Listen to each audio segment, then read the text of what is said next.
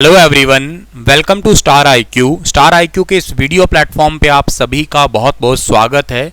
एक इम्पॉर्टेंट सा टॉपिक है आपके आगे शेयर कर रहा हूं जो आपके एग्ज़ाम पर्सपेक्टिव बहुत ज़रूरी है।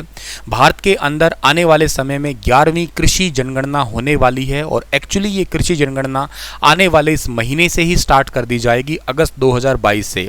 2020-21 या और 21-22 की ये जनगणना है, हर 5 साल बाद ये होती है। इसके बारे में कंप्लीट डिटेल आप लोगों को देने वाला हूं जितना हमारे एग्जाम पर्सपेक्टिव ज़रूरी है। तो देखिएगा, पहली तो बात यह है कि इसे एग्रीकल्चर डिपार्टमेंट ही करवाएगा, तो नो डाउट एग्रीकल्चर मंत्री का आपका नाम पता आपको होना चाहिए। उनका नाम है केंद्रीय मंत्री नरेंद्र सिंह तोमर।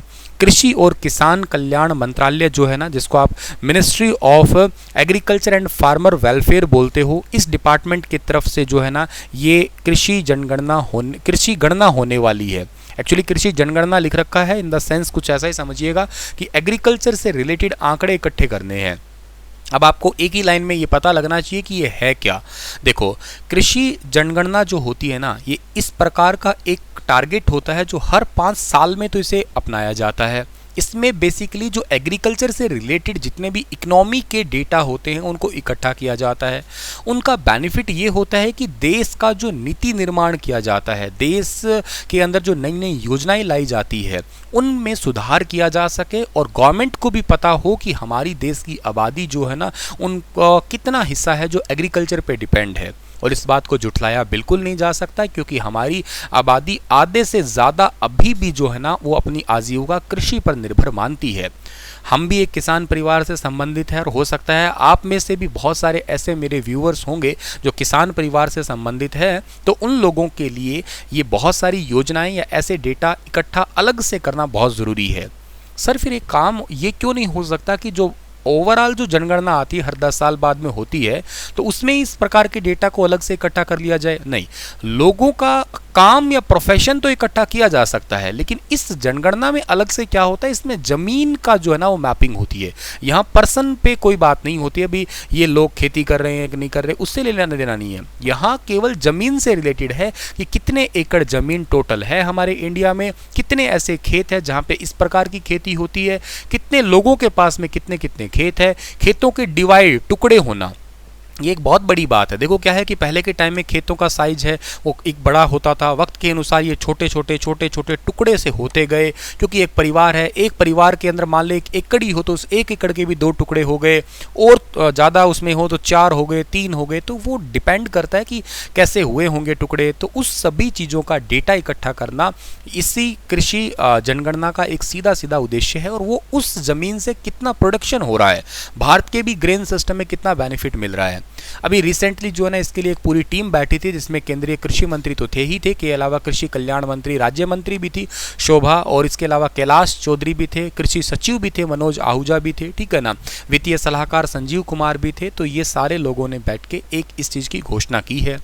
इसकी ज़रूरत क्यों होती है? देखो सीधी सी बात है, पहली ज़रूरत तो मैंने आपको अभी बताया ही था कि ज़मीन जो है ना उनकी संख्या कितनी है, जोतों की संख्या कितना है, छोटे हैं बड़े हैं, सीमांत कृषि होती है या यूँ कहिएगा कुछ पहाड़ों पे खेती कितने लोग करते हैं, आपके ज़मीन जो मैदानी भूमि है उन पे लोग कितनी खेती किया करते हैं, खेत का आकार कैसा है वो भी बहुत मायने रखता है, ठीक है ना, कि खेत ऐसे कई ट्रैंगुलर बना लेते हैं, कई ऐसे चौरस होते हैं, कई रेक्टेंगुलर होते हैं, मतलब जैसे भी है कि खेत का वर्ग आकार है वो कैसा है, किस टाइप से डिवाइड है, ये कितनी ज़मीन का यूज़ कर रहे हैं। यूँ तो होने में कश्मीर में बहुत ज़मीन है, लेकिन ज़मीन कश्मीर में लोग थोड़ा ना यूज़ कर रहे होंगे उसको, ठीक है ना, क्योंकि वहाँ पे पथरीली ज़मीन है, वो मिट्टी यूज़ करने वाली है ही नहीं, पर्वतीय भूमि जिसको कहते हो।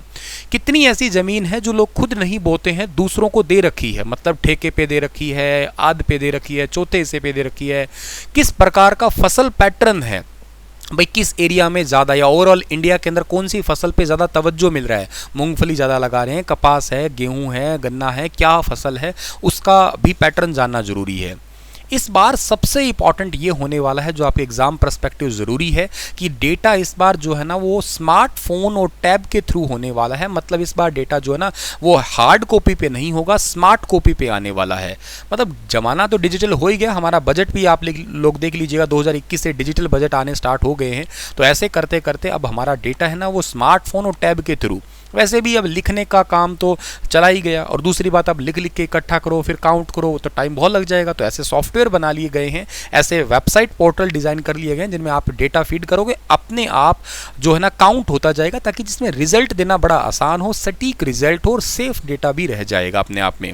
मोबाइल एप्लीकेशन से ज़मीन का रिकॉर्ड इकट्ठा करना बहुत ईजी है, और ऑलरेडी जो रिकॉर्ड इकट्ठा रहेगा तो बहुत सारे राज्यों ने ऐसा ऑलरेडी कर दिया है कि जो अपना सारा डेटा रिकॉर्ड है ना वो ऑनलाइन कर दिया है। जैसे अपने हरियाणा राज्य की मैं बात करता हूँ, तो हरियाणा ऑलरेडी अपना सारा ज़मीन तहसील का रिकॉर्ड है ऑनलाइन कर रहा है, ऑलरेडी 2020 पे वो काम कर रहा है, 2020 से इसी पे ही इस डिपार्टमेंट का काम है, हर 5 साल बाद ये करवाता है। लास्ट देखो पहली बार ये हुई थी कृषि गणना 1970-71 में हुई थी, उसके बाद में अब तक टोटल 10 हो चुकी है, और इस बार वाली जो है ना ये 11वीं होने वाली है, 10वीं थी 2015-16 वाली। ठीक है, डिपार्टमेंट का नाम आप लोगों को याद रखना ही है। ये जनरली जो है ना राज्य स्तर पे के अलावा यूनियन टेरिटरी पे मतलब एक तो राज्य या संघ हो गया, एक जिला और तहसील हो गया, ठीक है ना, इन लेवल पे जो है ना ये रिपोर्ट दिया करता है डिपार्टमेंट।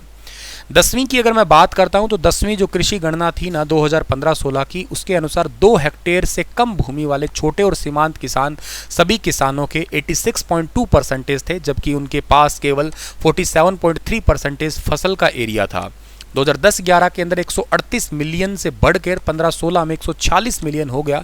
मतलब यूँ समझिएगा कि पहले से जो है ना ज़मीन छोटे छोटे टुकड़े होते गए और छोटी हो गई ज़मीन। ये पिछले 5 सालों में उन लोग आंकड़ा था, इस बार का आंकड़ा तो कुछ अलग होगा, वो देखा जाए क्या होने वाला है। यूपी के अंदर जो है ना भूमि धारक मतलब ज़मीन लोगों के पास में सबसे ज़्यादा थी, तकरीबन पूरे ज़मीन का टोटल 16% था। कहने का मतलब ये होगा कि यहाँ के लोगों के पास में छोटे खेत थोड़े ज़्यादा है, और एग्रीकल्चर उत्पादन के मामले में भी देखा जाए तो छोटे खेत जो होते हैं ना ये उत्पादन में थोड़ी थोड़ी कहीं ना कहीं कमी कर देते हैं, एक यहाँ पे लार्ज प्रोडक्शन कहीं ना कहीं नहीं हो पाता है। और डेटा सारा का सारा पोर्टल पे अपलोड कर दिया जाएगा, पोर्टल के थ्रू होगा, ये तो खैर मैंने आपको अभी शेयर कर ही दिया। रिसेंट अगर मैं बात करता हूँ तो एग्रीकल्चर डिपार्टमेंट ने एक न्यूज़ है कि इन्होंने रिसेंटली एनोकोवैक्स नाम की एक वैक्सीन जो खुद ही की देश की बनाई हुई है वो लॉन्च की है, जिसमें ICAR यानी कि Indian council of agriculture research और नेशनल सेंटर ऑन इक्वेंस जो हिसार में पड़ता है, इन्होंने कुत्ते, शेर, तेंदुए, चूहे, खरगोश इन सभी पे जो है ना इसका एक ट्रायल सा लिया था।